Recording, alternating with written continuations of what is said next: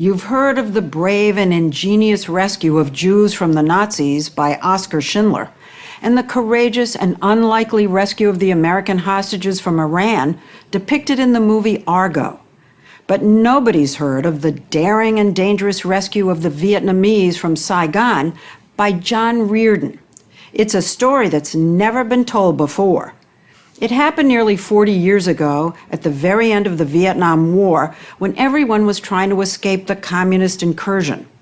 No one was paying attention to an unassuming American banker who had already been evacuated going back in to save his stranded Vietnamese colleagues and their families. The story will continue in a moment. Everybody worked at the bank, spouses and children. Right. There were 105 in all who John Riordon, risking his own life, rescued in the last days of the war. How are you? Even now, 4 decades later, when they see him, they know he's the reason they're alive. Today, they're leading prosperous lives as American citizens, with children who are doctors and lawyers, and with grandchildren. Isabel, do you know my name? John Riordon. Even though my last name, that's more than I know. John Riordon was as far from Rambo and Mission Impossible as you could get. Back in 1975, he was a young banker, handsome and unattached, working as the assistant manager of Citibank in Saigon. They gave you a villa. They gave me a villa. And you lived well.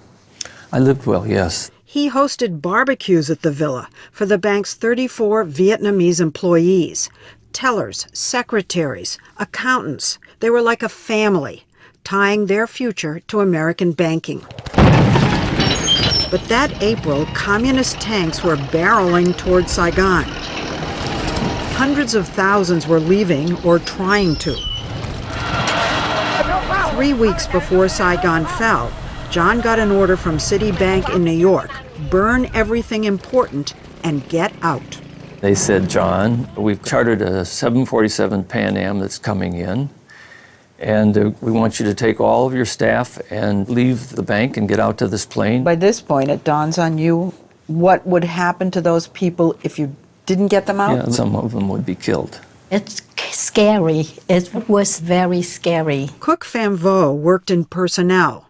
Chi Vu was the head teller. They were hearing rumors of reprisals by the Viet Cong against anyone working for the Americans. Would you have been seen as traitors, as spies? The closer you to American, the more they think you spy. But their own government set up checkpoints to keep people from leaving the country. Without exit papers, the staff had no way to escape.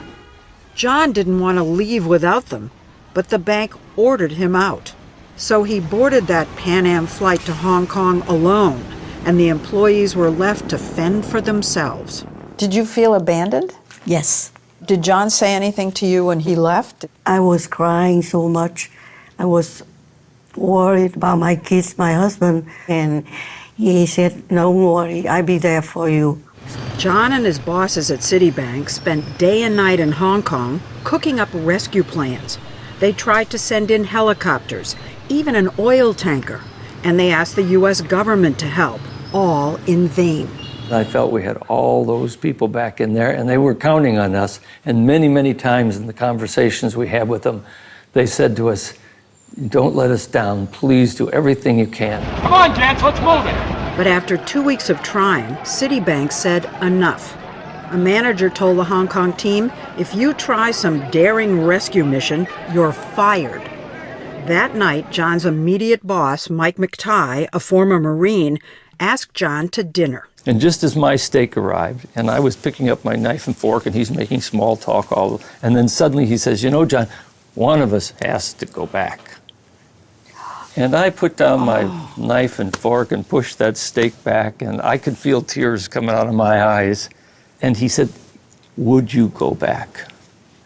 Go back, even though it meant losing his job, possibly losing his life. And yet, 11 days before Saigon would fall, the mild-mannered banker defied his bank and better judgment, caught the very last commercial flight into Saigon, and walked into the branch. And everybody comes running around me and said, what do we do? What do we do? How are we going to get out of here and everything? But you're there under the authority of who? You're not working for Citibank anymore. No one. I'm on my own. On his own authority, John moved them with their families, all 105 of them, into his villa and another one nearby, so they'd all be ready to go as a group when and if he came up with a plan. He told them to tell no one where they were. 4 days went by. Nothing was working until a CIA agent told him the only way out now is on U.S. military cargo planes that are evacuating Americans and their dependents. He says, the evacuation has begun. Take your family and go out to the airport and process them through. And I said, well, I don't have a family. And he said, just create a wife and children, no matter who they are, and go out there and sign the documents. And this is the first time you've heard this idea. Yes, yes. Try and pass off his Vietnamese colleagues, their spouses and children as his family? There were 105 of them. Do you say to him, are you kidding me? You Source. don't say cockamamie? You don't say... No. Because there'd been so much cockamania before that. This is the time to jump on anything that looked like it was going to float. You were at the end of your rope. Yes, absolutely. It was worth a try, but not for all of them at once. He took the bank van and went out to the airfield alone to see if it would work. I walked into that processing area and somebody gave me a piece of paper. He said, list your dependents on here. And I was fumbling for what piece of paper I was going to have to write this all down. They said, just attach that to this piece of paper and keep going. So There it were was a bit of a rush. 15 names. You had a wife and 14 names. Right, that was kind of ambitious for the Daughter, start. son, daughter, Right. son, yeah. This is the paper. Wife, daughter, son, 14 kids, some older than he was. He was certifying on a U.S. government document that these were his children. Is your heart pounding? Or you Yes, a little palm bit. I sweating? certainly was nervous, yes. He was stunned when the officer, no questions asked, stamped it and handed John evacuation tags. He rushed to the villa to pick the 15 up, amazed that such a crazy idea was actually working. Do you remember when he came back? What happened? We're so happy. It's an elation to see he's a lifesaver. He's an angel. But you had to keep it secret, right? Yes. You never told your parents? No, So you never said goodbye? no. Over the next 4 days, as fear gripped the city, John repeated this ruse, going back and forth to the airport 10 times, filling out papers with groups of 6 or 8. Did any of these officers ever question you in all this time? This one man, he said, haven't I seen you here before? I said, no, sir, no, absolutely not. Bang, I know he wanted to get going too. And then another time this man said, well, you've got one heck of a big family here, huh? You've been busy when you've been... I said, oh, yes, I've been here a long time. And just chopped it again. You just It was went back and back and back. hard to believe it would be that simple to do. We recently met with 7 of his daughters. They didn't think it was all that simple, since John was separating them from their husbands. All the staff women will go first, and the husband will leave in a separate group. At that moment, I was like thinking, will I ever see my husband again?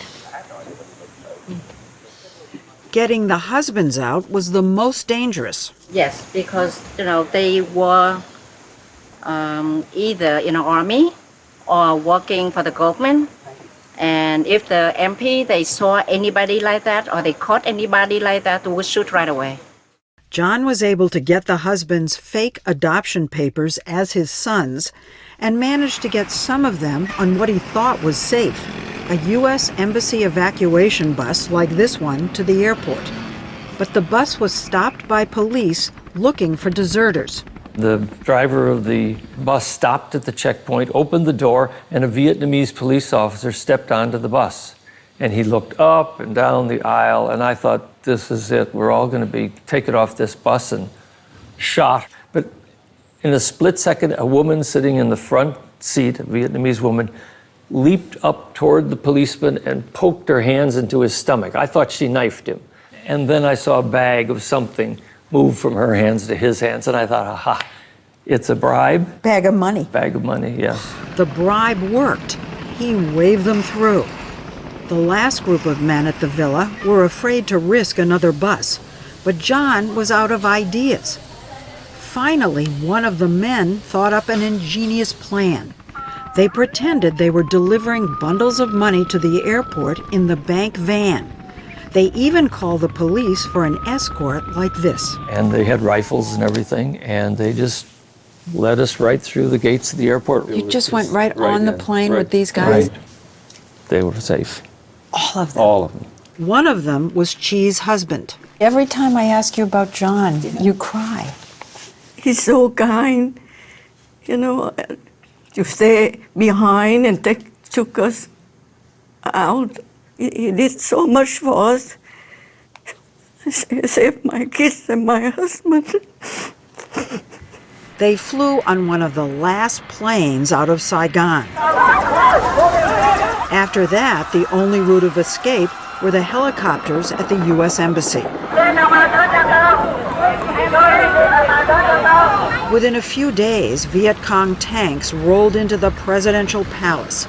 The war was over. What followed were years of starvation and brutal repression. Many who tried to escape by boat drowned at sea.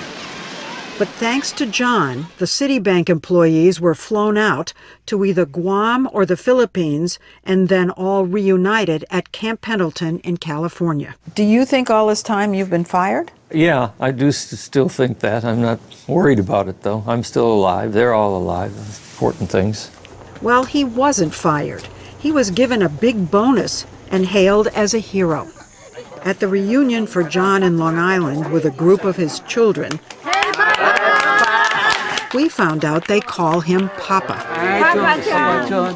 Nice to see you. Yes, I do. I haven't talked to you in so long. Citibank spent $1 million to resettle all the employees, giving them and many of the spouses jobs. We'll never forget you two. At the time, in Saigon, he thought of his colleagues at the bank as his Vietnamese family.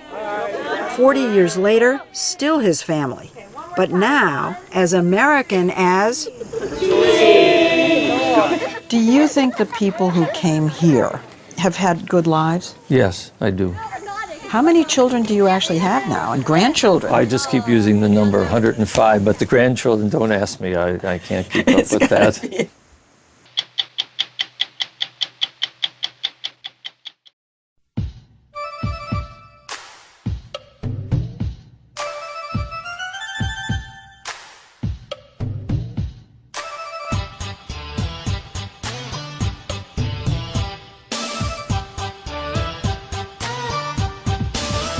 đem Hồ Chí Minh chép sinh ra khói Ba Đình, hàng triệu thanh niên một lần sinh Bắc.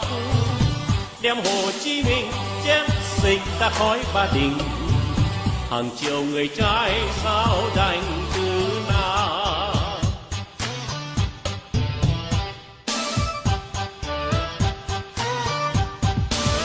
Đem Hồ Chí Minh chết sinh ra khói Ba Đình, hàng triệu sinh linh sẽ được siêu thoát. Đem Hồ Chí Minh chết sinh ra khói Ba Đình, hàng triệu triệu dân sẽ được tái sinh.